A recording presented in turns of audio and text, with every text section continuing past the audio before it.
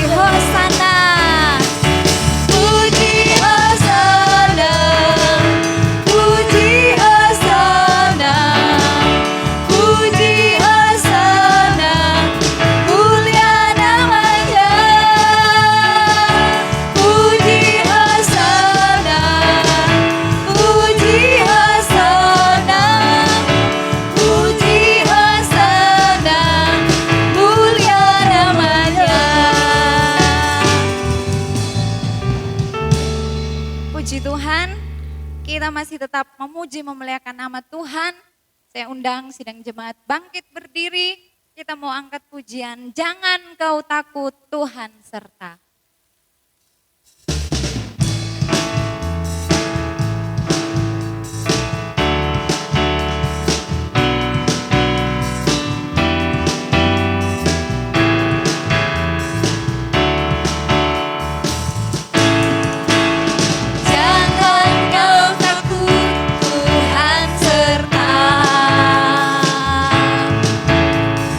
Jangan kau bimbang dia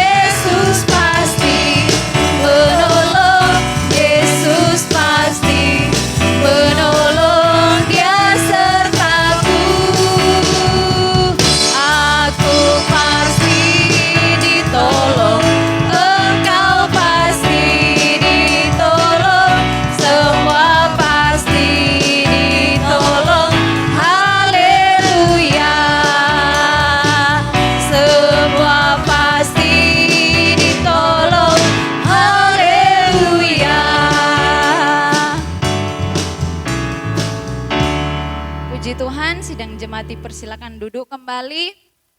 Kita mau percaya bahwa Yesus pasti menolong kehidupan kita. Yesus selalu beserta dengan kita. Kita masih terus memuji Tuhan, maju-maju saja Tuhan selalu serta.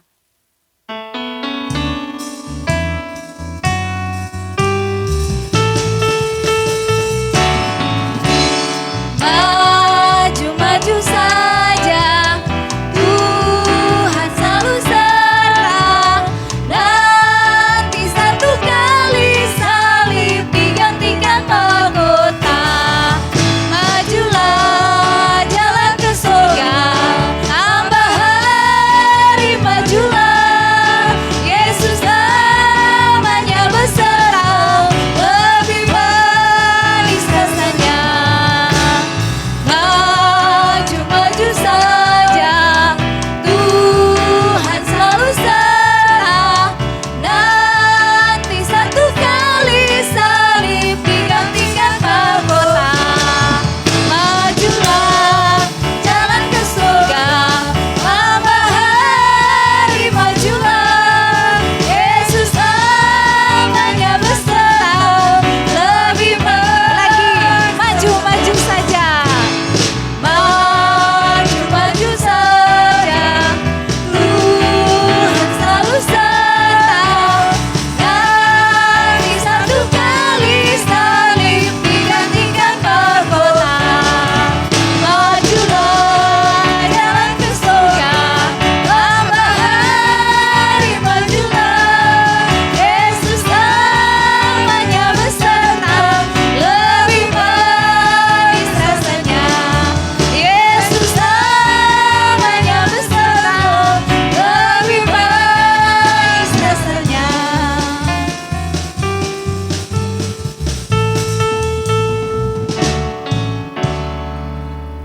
Puji Tuhan, Tuhan Yesus berkati. Kita sudah memuji, memuliakan nama Tuhan.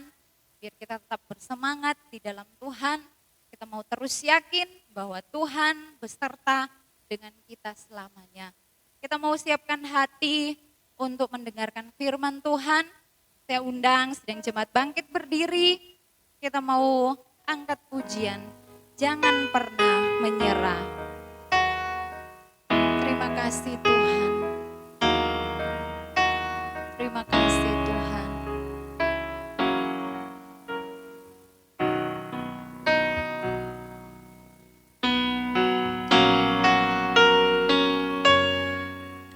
Tuhan tak pernah janji langit selalu biru, tetapi Dia berjanji selalu menyertai. Tuhan tak pernah janji jalan selalu rata, tetapi Dia berjanji berikan kekuatan. Tuhan tak pernah janji langit selalu biru, tetapi Dia berjanji selalu menyertai.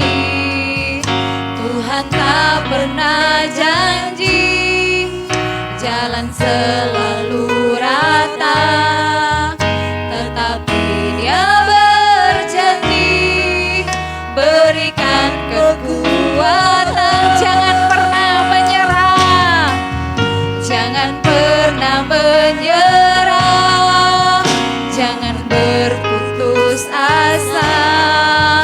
Mujizat Tuhan ada saat hati menyembah. Jangan pernah menyerah, jangan berputus asa.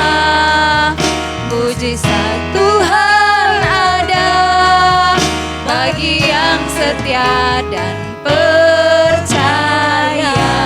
Mari kita mau angkat dari awal pujian ini. Tuhan tak pernah janji langit langit selalu biru, tetapi Dia berjanji selalu menyertai. Tuhan tak pernah janji jalan selalu rata, tetapi Dia berjanji berikan kekuatan. Jangan pernah menyerah, jangan pernah menyerah, jangan berputus asa. Mujizat Tuhan ada saat hati menyembah. Jangan pernah menyerah, jangan berputus asa. Mujizat Tuhan ada bagi yang setia dan lagi. Jangan pernah menyerah, jangan pernah menyerah. Haleluya. Mari yakini pertolongan Tuhan. Mari nikmati mujizat Tuhan. Haleluya. Jangan pernah menyerah, jangan berputus asa. Mujizat Tuhan ada bagi yang setia. Lagi, mari katakan jangan pernah menyerah, jangan pernah menyerah. Kita mau bersemangat di dalam Tuhan. Kita mau rasakan hadirat Tuhan. Kita mau rasakan jamahan Tuhan. Kita mau nikmati mujizat Tuhan. Haleluya. Jangan berputus asa. Mujizat Tuhan ada bagi yang setia dan percaya. Mujizat Tuhan ada, mujizat Tuhan ada, mujizat Tuhan ada bagi yang setia dan percaya. Terima kasih Tuhan. Terima kasih Tuhan. Biar kami terus mempunyai hati yang menyembah kepada Tuhan. Dan kami percaya mujizat Tuhan selalu ada. Kita akan masuk dalam doa. Nanti Ibu Iis berdoa untuk firman Tuhan. Saya serahkan kepada hambanya yang akan melayani firman Tuhan. Segala puji syukur karena kemuliaan hanya bagi Engkau, Allah kami yang hidup. Di dalam nama Tuhan kami Yesus Kristus, mengucap syukur Bapa atas segala limpah berkat, karunia, anugerah-Mu dalam kehidupan kami.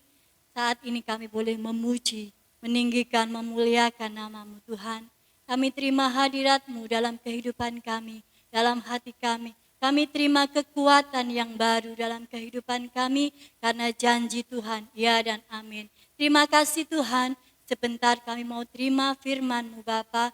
Kuduskan hati kami, biar kami menyiapkan tanah hati kami yang subur untuk kami siap ditanami dengan benih-benih firman-Mu.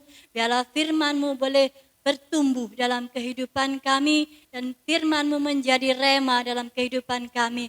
Firman-Mu boleh memperbaiki kehidupan kami.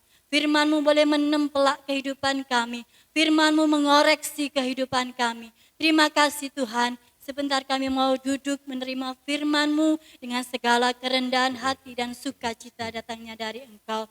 Kami serahkan hamba-Mu ke dalam tangan-Mu, urapi dengan kuasa dari Roh Kudus-Mu, biar kami boleh menerima firman dan kuasa Roh Kudus-Mu dengan sukacita. Terima kasih Tuhan, kami mau serahkan pertengahan ibadah kami ke dalam tangan-Mu. Haleluya.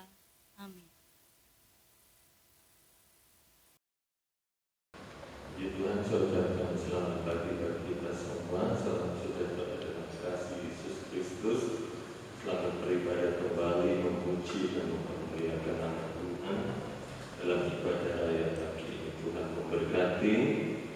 Dan untuk pengumuman gereja bagi sidang jemaat Tuhan di tempat ini akan diadakan kembali ibadah secara tatap muka yang akan dimulaikan tanggal 1 Agustus tetap pada pukul 8:30 pagi disertai dengan perjamuan kudus. Untuk sepekan berjalan belum ada kegiatan ibadah dan dimulaikan lagi tanggal 1. Untuk ibadah anak-anak sekolah minggu tetap dilakukan secara online terlebih dahulu, mengingat situasi dan kondisi yang ada. Itu pengumuman yang dapat saya sampaikan. Tuhan memberkati. Dan kita akan kembali belajar firman Tuhan pagi ini. Saya beri judul firman Tuhan, saring sebelum sharing. Ya, saring sebelum sharing.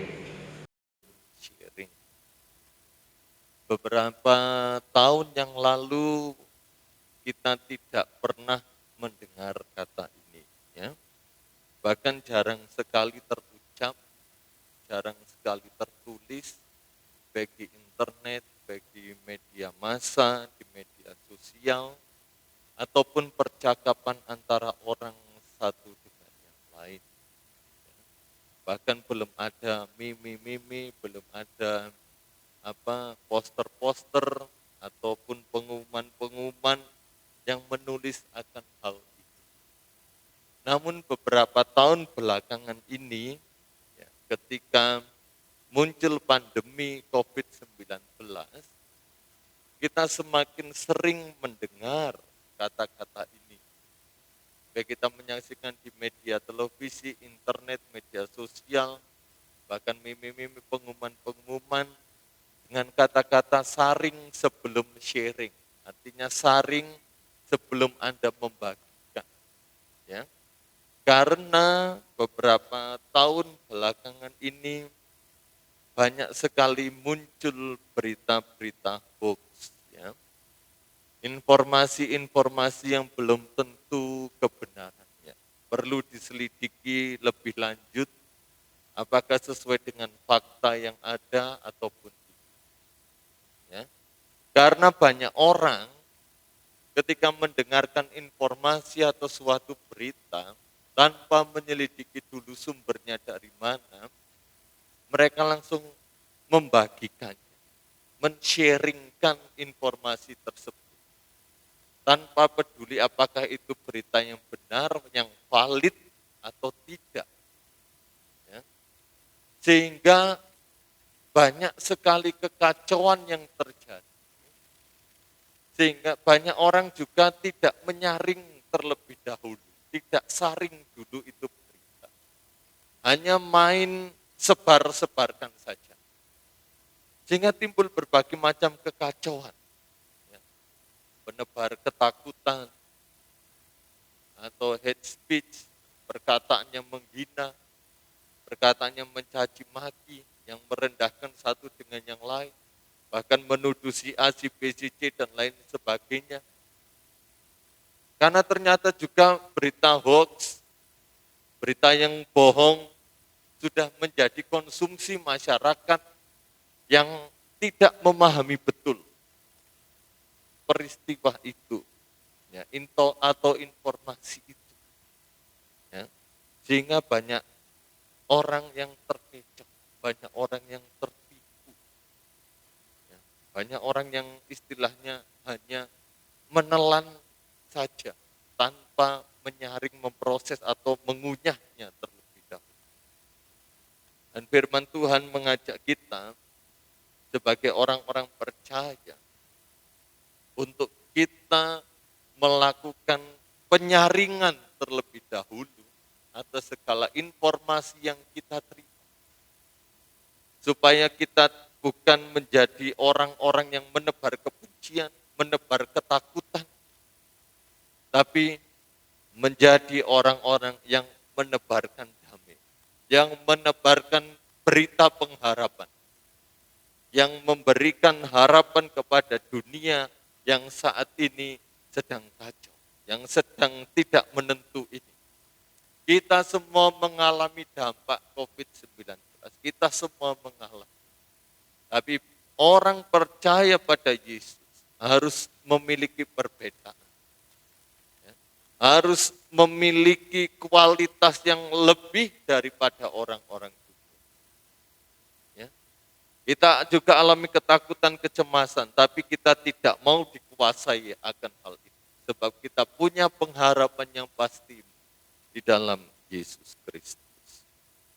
Ada suatu peristiwa sebagai pembacaan pokok kita dalam kitab Ester pasal 2, ayat yang ke-19 sampai 23.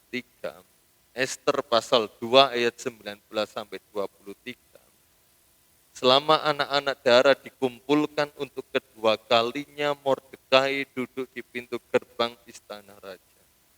Adapun Ester tidak memberitahukan asal-usul dan kebangsaannya seperti diperintahkan kepadanya oleh Mordekai, sebab Ester tetap berbuat menurut perkataan Mordekai seperti pada waktu ia masih dalam asuhannya. Pada waktu itu ketika Mordekai duduk di pintu gerbang istana raja, sakit hatilah Bigtan dan Teres, dua orang sida-sida raja yang termasuk golongan penjaga pintu. Lalu berikhtiarlah mereka untuk membunuh Raja Ahasveros. Tetapi perkara itu dapat diketahui oleh Mordekai, lalu diberitahukannya lah kepada Ester sang ratu, dan Ester mempersembahkannya kepada raja atas nama Mordekai. Perkara itu diperiksa dan ternyata benar. Maka kedua orang itu disulakan pada tiang, dan peristiwa itu dituliskan di dalam kitab sejarah di hadapan raja. Ya.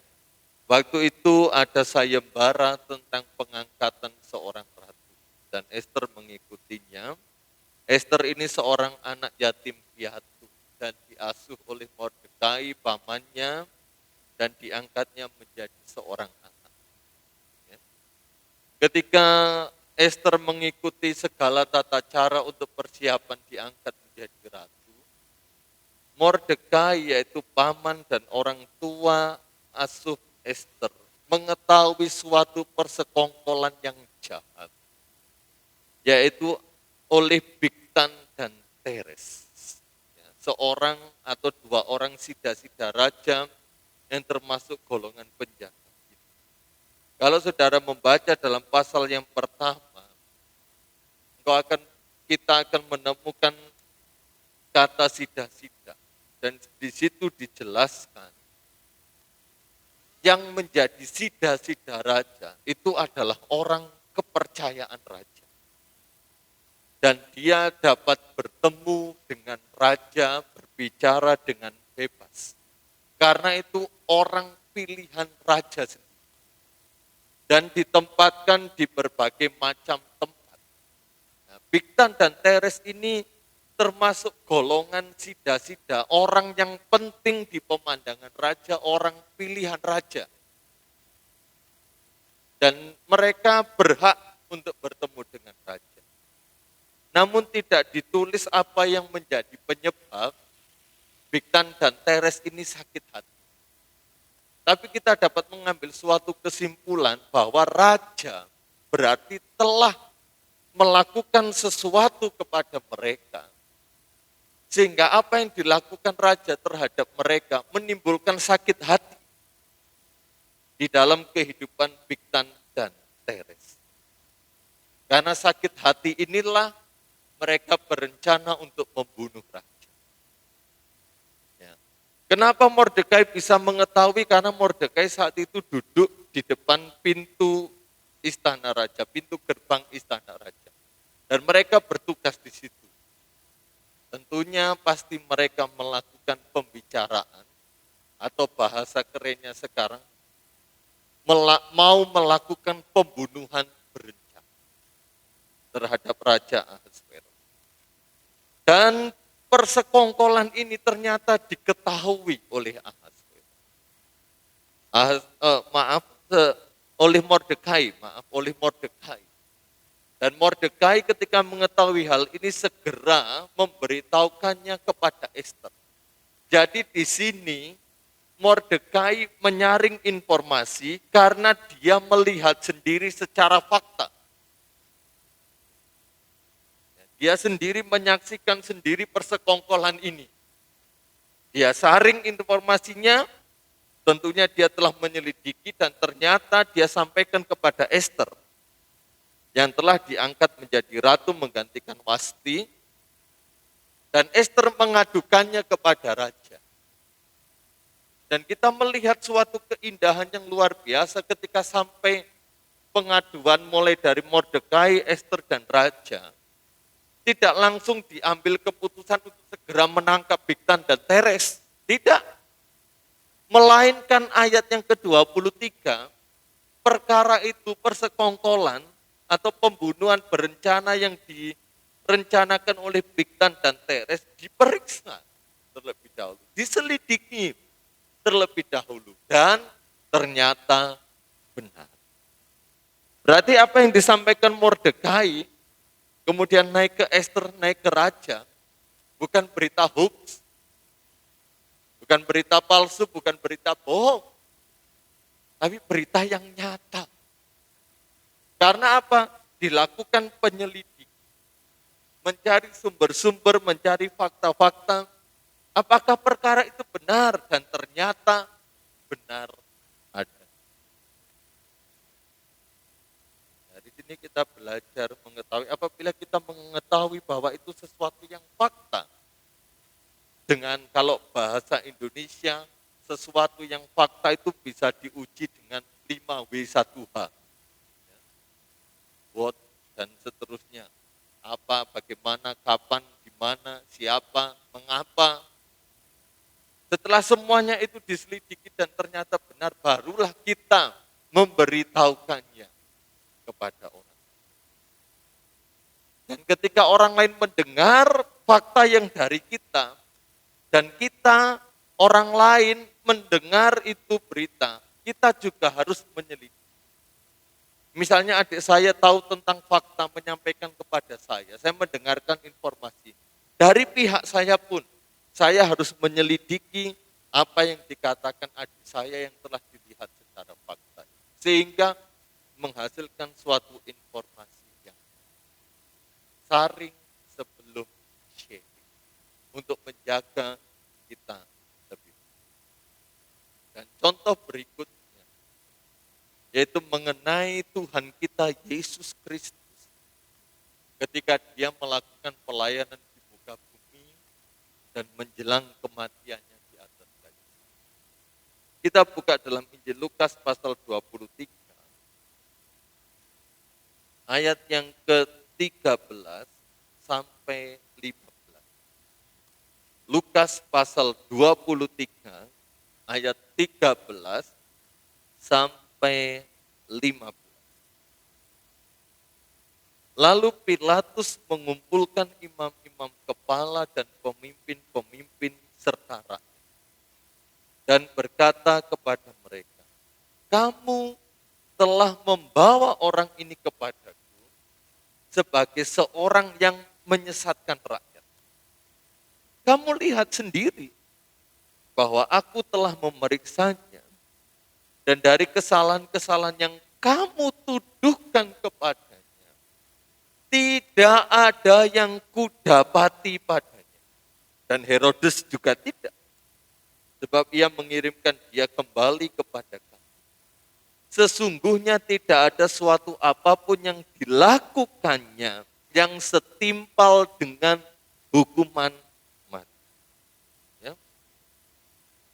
Kita mengerti bersama bahwa Yesus ini menjelang kematiannya, dia ternyata sebagai sumber berita fitnahan, tuduhan-tuduhan palsu, dan Yesus sebagai sumber. Dikatakan bahwa itu imam-imam kepala dan pemimpin-pemimpin serta rakyat, kalau saudara membaca pada pasal-pasal berikutnya, mereka menuduhkan kepada Yesus bahwa Yesus ini seorang penyesat. Dan itu sudah diketahui semua masyarakat. Sampai perkara ini muncul di hadapan Pilatus. Dan ketika Pilatus Ya, ketemu dengan Yesus, bahkan Herodes juga ketemu dengan Yesus. Akhirnya Pilatus kembali mengumpulkan yang menuduh Yesus bahwa dia seorang penyesat. Dan Pilatus berkata, kamu telah membawa orang ini kepadaku sebagai seorang yang menyesatkan rakyat. Itu yang diterima oleh Pilatus. Berita ini atas dasar cerita atau informasi dari imam-imam kepala, pemimpin-pemimpin, bahkan rakyat luas. Dan Pilatus berkata, kamu lihat sendiri, aku telah memeriksanya. Berarti perkara Yesus, apakah dia sebagai penyesat atau tidak, telah diperiksa, telah diselidiki Pilatus juga di depan mereka. Dan Pilatus katakan, tidak ada satupun kesalahan. Dan dari kesalahan-kesalahan yang kamu tuduhkan kepadanya, tidak ada yang kudapati padanya. Jadi mereka menyebarkan berita palsu mengenai Yesus. Dan dianggap Yesus sebagai penyesat. Tapi Pilatus melihat dan menemukan tuduhan-tuduhan Yesus sebagai penyesat tidak terbukti. Itu hanya Pilatus. Kemudian dia mengambil juga Herodes. Dan Herodes pun juga tidak menemukan kesalahan-kesalahan apapun yang dilakukan yang setimpal dengan hukuman. Jadi seperti apa yang dikatakan hukum Taurat maupun dalam Paulus, bahwa keterangan 2-3 orang saksi perkara itu sah. Herodes dan Pilatus adalah mewakili 2 orang yang memeriksa perkara Yesus. Dan mereka mendapati semuanya tidak sama. Tuduhan penyesat sehingga mereka melontarkan untuk dihukum mati tidak ada dalam pribadi Yesus. Jadi Pilatus dan Herodes ini menemukan kebenaran. Urusan percaya atau tidak itu konteksnya. Dia menemukan bahwa segala apa yang dilakukan Yesus adalah benar, tidak sesuai dengan laporan-laporan yang dia terima. Bahkan mereka menghendaki Yesus dihukum mati. Pilatus dan Herodes berkata, dia tidak layak terima hukuman mati atau hukuman yang setimpal dengan kematian, tidak layak. Karena apa yang kamu tuduhkan, apa yang kamu lontarkan terhadap dia tidak terbukti sama sekali. Jadi kita lihat bahwa dimulai dari mana imam-imam kepala yang membenci bahwa sebagian besar pengikut mereka percaya pada Yesus. Dan mereka menyebarkan berita hoax palsu mengenai Yesus.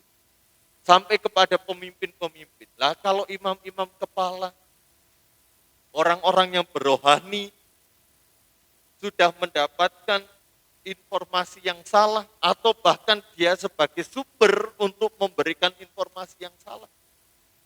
Sampai kepada pemimpinnya asal percaya, pasti rakyatnya pun ikut. Sehingga seluruh di sini dikatakan mereka percaya akan berita yang desain, yang didirikan dimulai dari imam-imam kepala saja.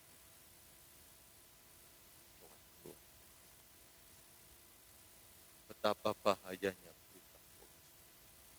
Disayangkan sekali bahwa pemimpin-pemimpin dan rakyat tidak menyaring, malah justru men-sharing, semakin memberitakan sampai kepada seluruh masyarakat. Pemimpinnya tidak benar, pasti yang dipimpin benar. Kebanyakan. Maka dari itu kita belajar supaya kita menjadi anak-anak Tuhan yang menyaring sekali lagi sebelum kita men-share, supaya tidak timbul kekacauan, salah duga, salah perasaan, salah perkiraan, salah penilaian, tetapi menjadi anak yang membawa kebenaran Ada satu kisah yang terakhir dalam Yeremia pasal yang ke-40. Yeremia pasal yang ke-40 mengenai Gedalia. Ya. Saat itu bangsa Israel melakukan kesalahan di hadapan Tuhan dan alami pembuangan. Dan yang tinggal di kota Yerusalem hanya masyarakat miskin, orang-orang Yahudi yang miskin.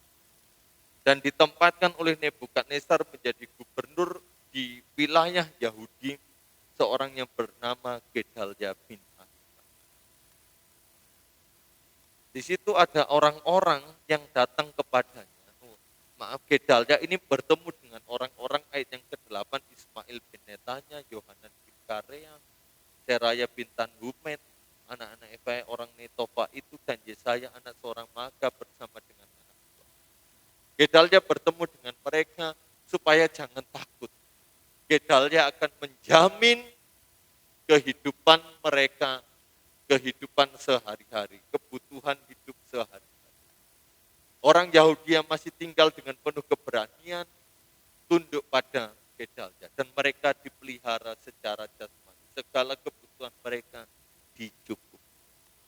Namun ayat yang ke-13 dikatakan bahwa Yohanan bin Karea mengetahui, karena Yohanan bin Karea dan Ismail bin Netanya ini satu kelompok, mengetahui bahwa Raja Bani Amon yang bernama Baalis telah memerintahkan kepada Ismail bin Netanya, ayat yang ke-14, untuk membunuh Gedalia. Dan Yohanan bin Karea mengetahui hal itu. Sehingga dalam kesempatan tertentu Yohanan bin Karea menemui Gedalia dan berkata, hati-hati. Walaupun tidak dijelaskan bahwa Yohanan bin Karea mengetahui bahwa Ismail Netanya akan membunuh, berarti mereka ini orang, yaitu Yohanan, telah mengetahui. Hati-hati Gedalia. Ismail bin Netanya akan membunuh engkau. Dan menyebabkan orang-orang Yahudi yang mengikuti engkau terserak. Kemudian saya ulangi lagi, bahwa Yohanan bin Karea bertemu Gedalia dan berkata, itu Ismail bin Netanya akan membunuh. Namun apa respon ayat yang ke-16? Tetapi Gedalia bin Ahikam menjawab Yohanan bin Karea, janganlah lakukan itu. Sebab yang kau katakan tentang Ismail itu adalah bohong. Dan mari kita lihat ayat yang pertama pasal 41 dan yang kedua. Dalam bulan yang ke-7 datanglah Ismail bin Netanya bin Elisama. Ia keturunan raja dan perwira tinggi raja beserta 10 orang kepada Gedalia bin Ahikam. Sementara mereka makan roti bersama-sama di Misra, maka bangkitlah Ismail bin Netanya dengan ke-10 orang yang ada bersama-sama dengan dia. Lalu mereka memukul mati Gedalia bin Ahikam bin Safan dengan pedang. Demikianlah Ismail membunuh dia yang telah diangkat Raja Babel atas. Nah, pelajarannya seperti ini. Bukan berarti kita mencontoh tentang perihal bunuh-membunuh. Begini pelajarannya. Untuk hal ini. Bukankah masa sekarang banyak orang yang beranggapan berita yang benar sebagai kebohongan. Sedangkan berita yang bohong dijadikan berita itu. Sekarang kan ngetren. Yohanan tahu Ismail akan membunuh Gedalia. Ini berita yang benar. Namun Gedalia menganggap berita yang benar ini sebagai suatu kebohongan. Suatu berita hoax. Tapi berita hoax, banyak orang yang sekarang percaya menjadi berita yang valid, yang benar-benar sesuai fakta. Ini peristiwa menjadi contoh buat Walaupun tidak dijelaskan dengan pasti, saya percaya.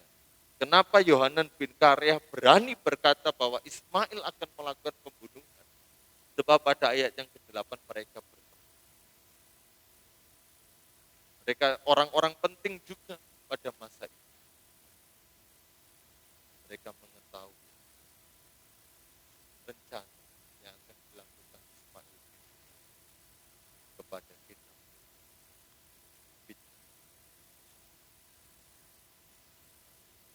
Mari kita menjadi anak-anak Tuhan yang tidak memutarbalikkan suatu berita.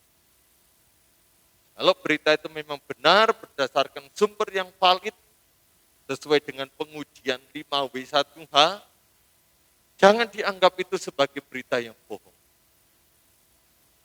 Tapi berita yang. Kenapa bila berita itu hoax, palsu, kita dan diselidiki tidak sesuai dengan 5W1H, maka kita anggap sebagai berita yang tidak. Jangan diputar balikkan. Yang benar menjadi kebohongan, yang kebohongan menjadi suatu hal. Kiranya Tuhan menolong hidup saya, saudara, tetap maju terus dalam. Saring sebelum share. Bahkan ketika engkau mendengar khotbah dimanapun, baik secara online di gereja pun, saring dan sharing. Saring dulu sebelum sharing. Apakah itu sesuai dengan firman Tuhan, sesuai dengan Alkitab. Sebab banyak sekali pengajaran-pengajaran hari-hari ini. Bahkan saya membaca suatu meme rohani. Ini meme rohani. Saya lupa di apa namanya. Karena di Instagram. Pendeta zaman sekarang sudah mengetahui bahwa ini masa-masa sukar. Kebanyakan dalam khotbahnya malah ditambahi dengan akhir zaman. Jadi pendeta-pendeta harus mengoreksi pengajarannya. Supaya tidak membuat umat Tuhan semakin takut mencekam. Loh, lah itu firman Tuhan seperti itu. Sehingga sudah masa-masa sukar, pendeta berkhotbah, memberi penjelasan kepada jemaat bahwa ini adalah masa-masa akhir. Di mana Tuhan Yesus datang dikomentari menjadi suatu pengajaran yang harus dikoreksi kembali. Justru ketika kita mengetahui hal ini, di dalamnya kita menerima pengharapan. Bahwa apa? Memang ini akhir zaman, masa-masa sukar. Tapi Tuhan akan segera datang menjemput kita, menyelamatkan kita. Itu berita pengharapan. Bukan untuk banyak orang menyalahkan, nambah-nambahi kesulitan, kesusahan, ketakutan pendeta-pendeta. Loh, itu sesuai firman. Bahkan ada pendeta yang berani berkata, saya sudah meyakini tahun 2021 awal COVID selesai. Ini pertengahan nih, mau habis sih. Itu ada. Kalau mau cari saudara di YouTube ya silakan cari, ada puluhan ribu channel cari khotbah yang mana. Saya pernah nonton sekali dan saya tahu hamba Tuhannya siapa, tapi saya lupa. Sehingga berani berkata, kalau saya nggak berani, kapan ini selesai, kapan ini selesai? Saya nggak mau jualan ayat. Saya memberitakan pengharapan. Ini memang akhir zaman. Saya tidak menambah ketakutan, ini memang akhir zaman. Tapi tetap sesuai dengan apa yang dikatakan Tuhan. Ada pemeliharaan atas umat di tengah-tengah masa-masa ini. Pengharapan kita akan kedatangannya yang kedua kali. Untuk menjemput kita dan tinggal dalam kehidupan yang akan terlaksana. Bukankah itu sesuatu yang indah? Jauh dari air mata kesusahan penderitaan. Yang ada di sini. Mari kita nyaring, saring sebelum sharing. Agar Tuhan menolong kita. Tuhan Yesus memberkati, maju terus dalam. Dan sama-sama kita bangkit berdiri. Kita akan akhiri ibadah kita pada petang hari ini, pada pagi hari ini, supaya Tuhan memampukan kita dengan pertolongan. Kita angkat satu pujian, selidiki aku, lihat hatiku.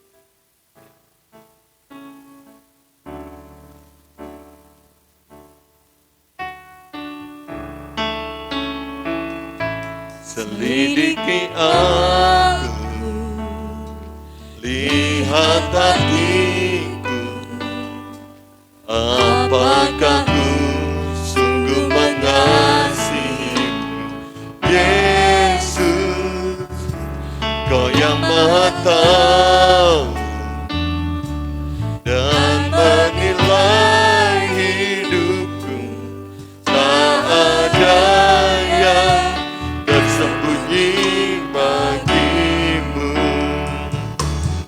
Telah kulihat kebaikanmu yang tak pernah habis di hidupku. Ku berjuang sampai akhirnya Kau dapati aku tetap setia. Haleluya. Selidiki aku, lihat hatiku, apakah ku sungguh mengasihi, Yesus, Kau yang Maha Tahu, yang menilai hidupku, tak ada yang tersembunyi bagimu. Haleluya. Lagu lihat kebaikanmu yang tak pernah habis di hidupku. Haleluya. Ku berjuang sampai akhirnya Kau dapati aku tetap setia. Aku lihat, haleluya, kebaikanmu yang tak pernah habis di hidupku. Ku berjuang sampai akhirnya Kau dapati aku tetap setia. Terima kasih Tuhan, terima kasih. Mampukan kami untuk menjadi pelaku firman, menyaring segala informasi yang kami dengar, supaya kami tidak menebarkan berita-berita palsu, berita-berita yang belum tentu kebenarannya. Melainkan sebelum kami membagikan kepada orang lain, kami telah mendapatkan bahwa informasi berita itu benar dan valid. Sehingga kami menjadi anak-anak Tuhan yang menebarkan kasih sayang, kedamaian, pengharapan dalam Yesus Kristus. Memberkati umat Tuhan di tempat ini yang menyaksikan siaran ini. Walaupun secara online kami percaya Tuhan menjamah, Tuhan bekerja. Bahkan siapapun yang menyaksikan siaran ini diberkati Tuhan, dijamah, dilawat.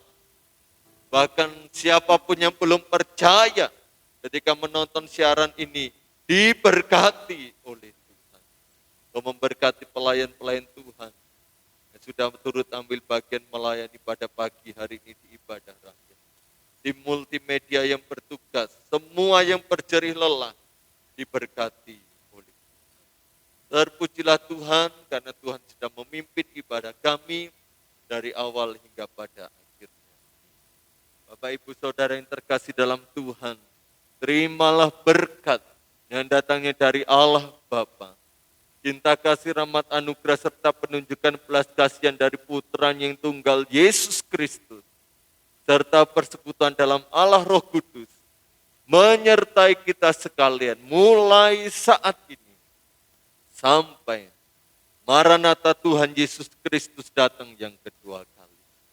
Kami sudah berdoa dan mengucap syukur dalam nama Tuhan Yesus Kristus. Haleluya.